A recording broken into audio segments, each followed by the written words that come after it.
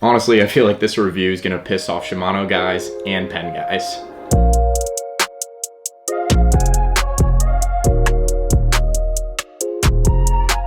What's going on, everyone? Welcome to another reel review video. Today we are going to be reviewing this Penn Slammer IV. Now, this isn't a typical type of review for my channel because I don't own this reel. It's just on loan to me. So we are going to be tearing this reel down. I'm going to talk through the design, tell you guys what I like, what I don't like, and then talk through how it should actually fish on the water. Now, we all know how Penn guys react when you talk about gear, right? My granddaddy was fishing Penn, my daddy fished Penn, and I've been fishing Penn for 30 years, son, and I ain't never had any issues with my Penn reels. Well, except for my spin fisher seizing up, my battle's blowing up, and my Senators literally catching on fire that one time.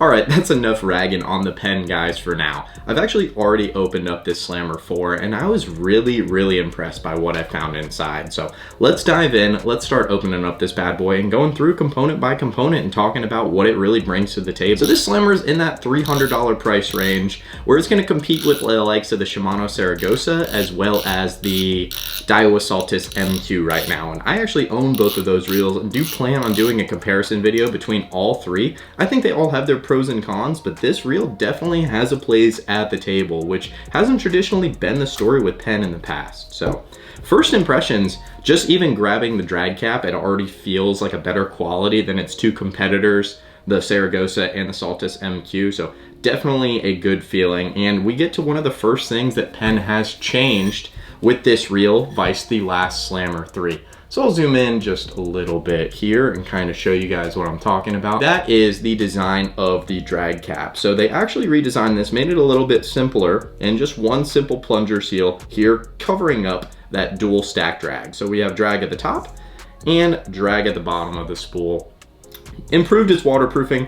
I would like to see this plunger seal designed in a way that it actually kept water out all the way at the lip. So instead of having water come in and sit in this area of the spool, it was actually able to, or not even able to get in.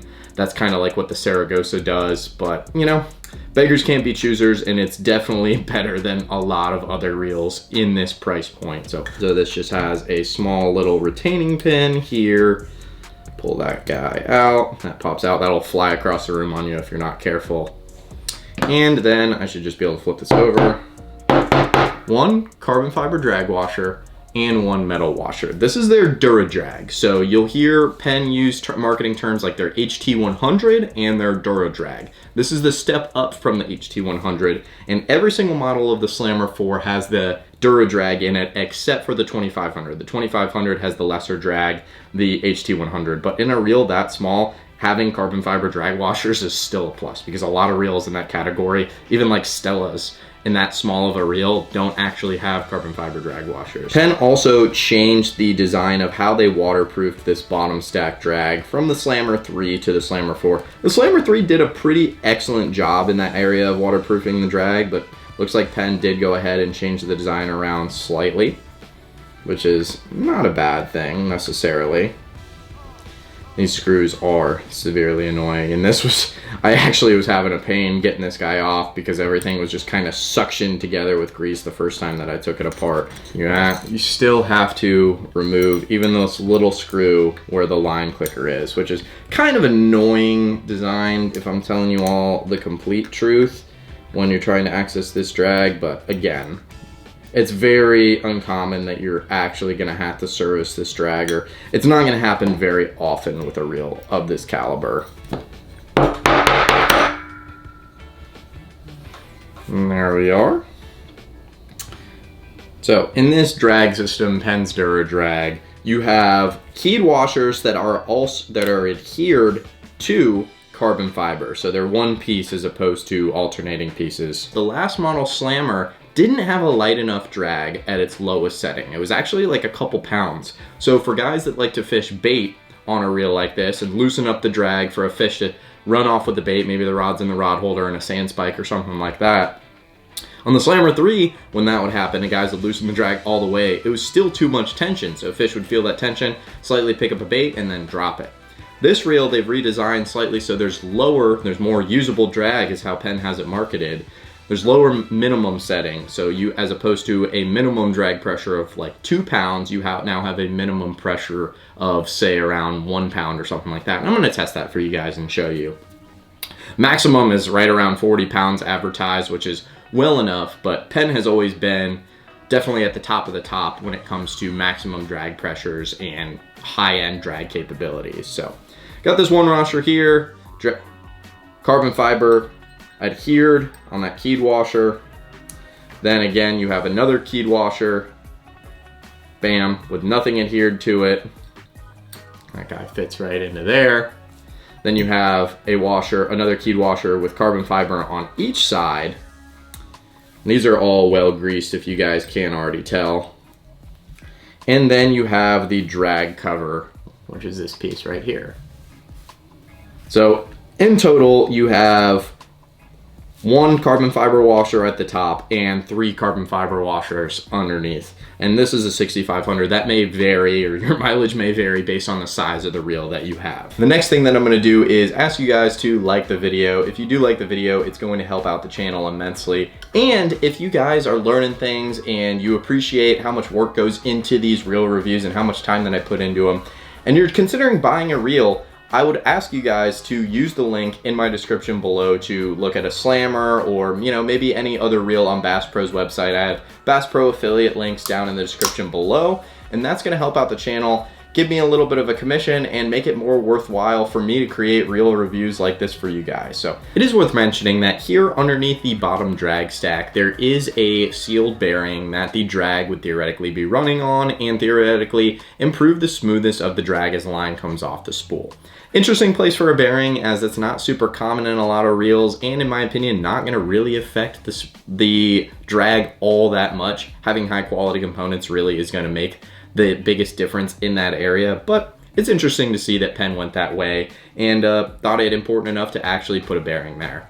Next thing that I am going to open up here is the line roller, and this is probably, I don't wanna say the only area, but definitely the main area on the reel that, in my opinion, leaves something to be desired. I think Penn could have done more with this place, spent the extra money in this place and actually skimped in others, and I'll kind of show you guys why I believe that. So after opening up the Saragosa and seeing how much effort Shimano put into sealing off their line roller bearing, it's kind of disappointing to look at this new model slammer and see that there's no rubber seals, there's no actual sealing going on.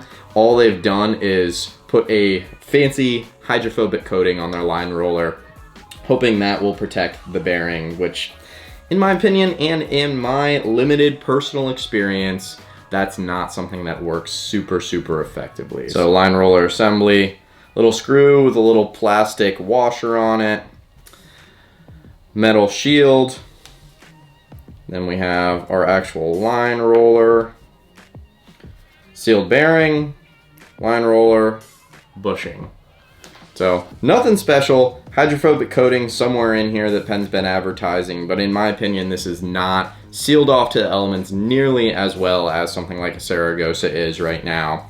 So definitely the one place, in my opinion, that Penn could have done significantly better, just because of how common it is for line rollers to go out in all sorts of reels. And with this reel, I'm gonna show you guys how well it is sealed off to the elements. It's an improvement off of the previous model and one of the best in the industry. I wanted to give a quick shout out to my boy Justin Menendez for loaning me this beautiful slammer. Huge shout out to him. Check out his channel. He's a absolute slayer and catches a lot of fish on his Penn reels. Moving right along to the shaft of the reel, Penn probably includes more of these little plastic washers to adjust the spool height, to adjust your line lay in the box. And if I had a box, I would show you guys that. But since we just borrowed this from Justin, we are rocking with what we got. But that's pretty common design in every single spinning reel these days, is just the little plastic washers to adjust your line lay on your spool. Then we have a little metal shim here.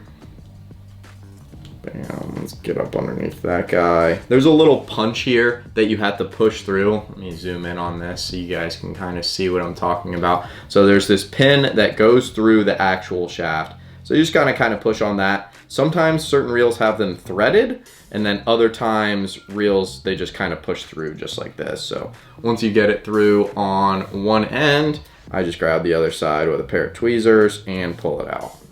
Bam, just like that. Then this retaining nut that the actual spool sits on should slide on out. Worth noting is that Penn has included 2 rubber seals here on this little retaining nut. I'm not really sure what to call this, so you guys can let me know in the comments, but rubber seal here and rubber seal here. So theoretically, if water is coming down the shaft of the reel, it's going to hit these rubber seals and hopefully come out and then sit on the inside of the spool here and then find its way outside of the reel through centrifugal force. Interesting design. I have not seen that before, but I think Penn is definitely trying to address any water that they had getting in on the pinion, which was a big problem on the Slammer 3. So that guy slides off. This bad boy makes some noise when you're doing janky stuff with your reel. My buddies that will lock the drag and just set the hook on sharks here in Florida, their Slammer 3s make some funky noise, and I've already seen a video of the Slammer 4s making some funky noises. It's just metal on metal, and you know, it's funny to listen to, it's funny to hear, but it's not a super huge deal. Right here, we have this little cover for the seal where our rotor retaining nut is going to be. Very common, same design that you had on the last Slammer. And I guess I should mention it right now. Penn's kept with the titanium shaft, I believe. You guys can correct me if I'm wrong, but definitely the best material in this industry, at this price point for a reel shaft. The titanium shaft is almost unheard of in a Shimano or a Daiwa of this caliber. So super cool to see, and you know, it's cool for someone like me that breaks down reels to see that reel companies aren't just completely copying each other and doing the exact same thing, because that would be pretty darn boring. So then we got our retaining nut with a rubber seal right here. Nothing different from the Slammer 3. So 15 millimeter on the 6500. Unscrew that bad boy, and then she should come out with your fingers. And you know, I don't really know why Penn puts such a giant hole here in the bottom of the spool, or in the bottom of the rotor, I guess for water to leak out of and then come out through this bottom portion. But that is a giant hole that they leave there. So unscrew the retaining nut. Now, one point that I think Penn could have, you know, copied Shimano's homework is in this nut, Shimano has included a seal on the inside of the retaining nut. So not only do they have one on top here, Shimano actually has a rubber seal on the inside of the nut, and that does a great job of keeping water off of the pinion. Bam. Again, rubber seal here on the bottom portion, so the pinion, when compressed, should be stopping water from getting through. Again, Shimano has this as well. So three points of sealing to try and stop water from getting onto the pinion. This slot rotor comes off just like this. And here is the first surprise that I had on the reel. Maybe it's just because I haven't opened up that many Penns over the years, especially the bigger Penns. But here on the Penn 6500, you have a backup anti-reverse clutch, which is not something that you find on Shimano's. Should the primary anti-reverse clutch fail on this Penn reel here, and let's say the pinion is starting to spin backwards, we're gonna focus. What are you guys focusing on? The pinion's starting to spin backwards for whatever reason. This little piece right here engages, slides out, right here. So we have this plastic piece that ratchets back out, and then that will contact these ridges on the inside of the rotor here, and that will stop the rotor from spinning backwards. It's actually very cool to see, and for someone like me that loves backups, I love contingency plans. If something can fail, it will eventually, and it's a game of numbers, you know, whether it's 1 out of 100 chance, 1 out of 1,000 chance, 1 out of 1 million chance. But it's cool to see that there's a backup, and one of the most important parts of the reel, which is the anti-reverse clutch. And I don't believe this is present on the smaller versions of the reel. I think this starts with the 6500 on up, and I believe the 5500 on down does not have a backup anti-reverse clutch. So comment below if I'm wrong on that, if you guys have seen something different. But another little rubber seal here above the pinion. So I believe from what I can tell, this is better sealed off around the pinion than the last model Slammer, because Penn did have an issue with that, with the bearings going that ride along the pinion. So you guys let me know if I'm wrong on that one. I'm sure I've already pissed off enough Penn guys here on this video. You guys are like, does this guy even know what he's talking about? No, I don't. I'm just learning, man. Sorry to tell you. I'm just out here just trying to figure it out just like you. Piece housing should come right off. Bam, let's set that guy right over there. And now we should be able to unseat the pinion. Bam. This first bearing right here is what was going bad on a lot of the Slammer 3s, because it wasn't properly sealed off, and that was like the critical vulnerability, if you will, of the Slammer 3. My probably favorite part about Penn is how easy it is to get parts for Penn and how readily available bearings and stuff like that are. So if this bearing does go bad on this reel, it's super easy to get to, super easy to replace, and it only costs, you could replace almost every bearing in this reel for a couple bucks. So Penn is definitely ahead of the pack when it comes to working on your own gear. So have that bearing there. This is the anti-reverse clutch riding along the pinion, and then you have another bearing at the base of the pinion. One of the biggest issues that I saw with the Slammer 3 personally, I didn't experience it because I never owned a Slammer 3, but I saw from friends that had them, and I saw them on boats with other guys fishing them, and I've read in the forums, the Slammer 3 had an issue with the screws backing out of the side plates in the reel. Then once that backed out, the pinion and the main gear kind of separated, and then you started grinding the gears, and you essentially like ruined your own reel because these side plate screws backed out. And that's even after people re-Loctited their screws. So I'm not sure how common of a problem that was. It was common enough that I actually saw it firsthand. A buddy in Japan was using a Penn Slammer 3, the high-speed red one, and he literally destroyed his reel on that first trip that he had it. So one of the bigger problems with Penn over the years was their quality control and a couple issues that they had of that nature. So I hope that's been cleaned up. I'm definitely going to Loctite these screws when I put this reel back together, because I don't want that happening to Justin. But hopefully that's been remedied here with the Slammer 4, and realistically I hope it wasn't that big of an issue at all. I hope I'm, overblowing it. So comment below if you guys have actually seen anything like that in the past and experienced the actual screws backing out of your side plate, because that's sketch, man. Side plate pops off, and we have our beautiful metal housing here. So again, benefit to Penn, vice like a Shimano or something like that. This is an all aluminum reel. So your rotor is aluminum, which is very, very strong, not going to bend or flex as much as like a Shimano Saragosa. Very, very strong, just a little bit of a heavier reel. I'm gonna show you guys next one of the most intriguing parts of this reel, which I found very interesting. Just keeping that bearing housed there. Those guys pop out, and then push pressure from the opposite side. Should slide this bearing out. Bam, have our sealed bearing. But look at that seal. That is a very, very nice, look at that seal. I don't know if you guys can appreciate how well shaped that is, and how much, that's precision made to keep water out, and that looks so much better than like what Shimano has on their version of a reel, or on their like Saragosas and their Spiroses. So I'm not sure how much more effective it is, but you have this little metal piece here that the seal is sitting on to keep it stretched out to the right diameter. And then it's got multiple lips on it. So, I don't know, man. I think this is super, super effective. And when I looked at this, I was like, man, that Penn is stepping their game up. Bam. So we have our beautiful brass main gear. And I've been critical of brass in the past because it is a softer metal. But when the reel is functioning properly, especially with the Slammer 3, I never really heard of guys having issues with a brass main gear, and brass pinions have been common forever.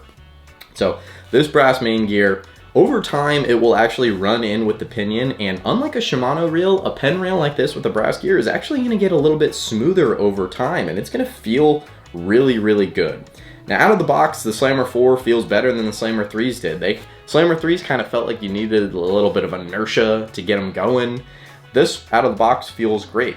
And it's at this point that I think I'd like to point out to you guys that Penn's also making a DX, dealer exclusive version of this slammer. It's a silver and black pattern, which I think is ugly as heck, but I think it's a superior reel, and if you have access to that reel, that's the one you should probably get, because they've gone with a stainless steel pinion and a stainless steel main gear, and that is just a superior material that to brass for longevity of your reel. Every single Slammer DX that I've felt has felt amazingly smooth, especially for a stainless steel pinion and a stainless steel main gear. So great. I think it's awesome that Penn has done that, and I mean, it's also kind of cool because you can't get those online, the DXs online. You have to get them from tackle shops, so they do help out smaller tackle shops and stuff like that. Again, I think this reel is going to last you as long as you need it to. Is if you're a normal fisherman, if you're a guy that wants a solid reel, I think brass is great, and I think this reel is a lot better looking. Another point that's disappointing on this reel is that Penn still has done nothing to address right where the pinion sits at the base of the reel. So the pinion inserts into the reel here, and then the base of the pinion sits on this little metal piece, and it's just riding dirty on that piece of metal there. Shimano's, Daiwa's, lots of reels will include a bearing or at least a bushing here where this pinion's contacting, because this metal on metal, it's, I don't know, it's just, there's a lot cheaper reels for 300 bucks. You would think that they would put at least a little freaking bushing in there or something, but whatever, man, it is what it is. So definitely another place that I think they could have improved, and it was a missed shot for a 10-cent part. Slammer still has a perfectly fitted rubber gasket around the edge, which is great.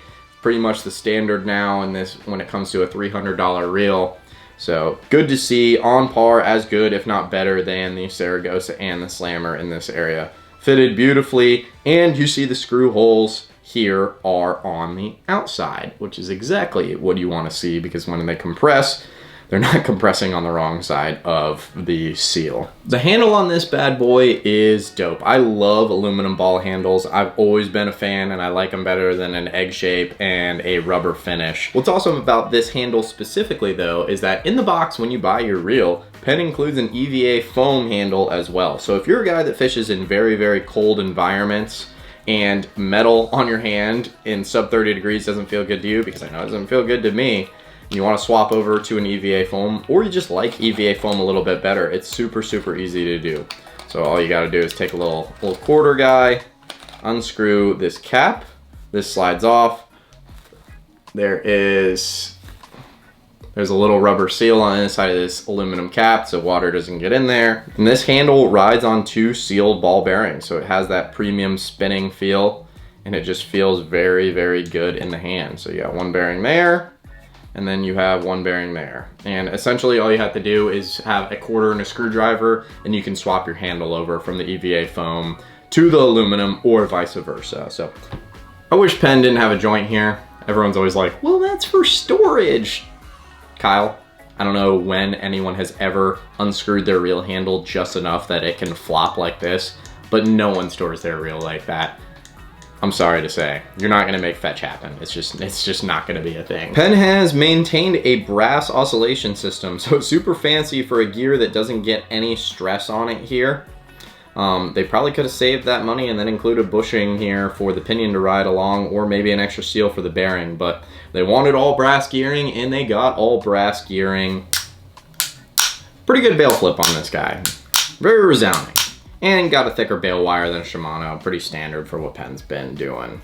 Get that handle tight, spool back on.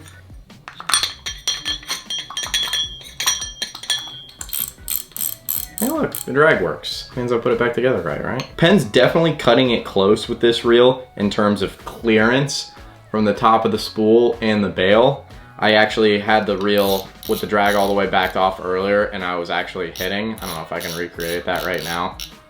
But, I mean, you're never gonna be fishing with the drag this loose, but they're cutting it close, so, you know, if their quality control is off, they could theoretically have some reels that are actually touching the drag cat, or touching the bail wire to the top of the spool, if they're not shimmed right or something like that. Aesthetically, I really like the look of this reel. However, I don't know why Penn feels like that they have to put every single piece of marketing mumbo jumbo on the reel itself.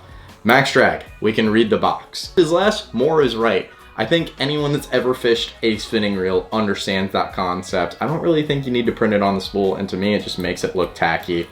Realistically, I think you're gonna remove a lot of this, gear ratios, everything, and it's just gonna be a better looking reel overall. But beauty's in the eye of the beholder, so it is what it is in terms of that.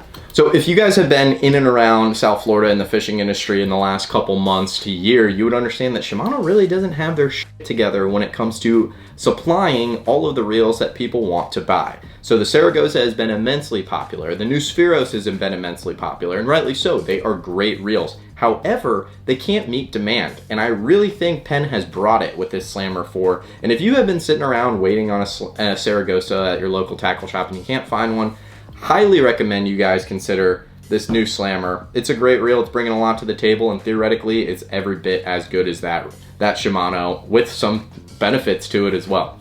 In the future, I'm going to be doing a comparison video between this Slammer, the Shimano Saragosa, as well as the Daiwa Saltist MQ to give you guys a good idea of the pros and cons of each of those reels, because there is pros and cons to each of those reels. So go ahead and check them out. Thank you guys so much for watching today's video. If you want to learn how to open up your own reel and service it and what to look for, I need you guys to check out this video, and I'll see y'all over there.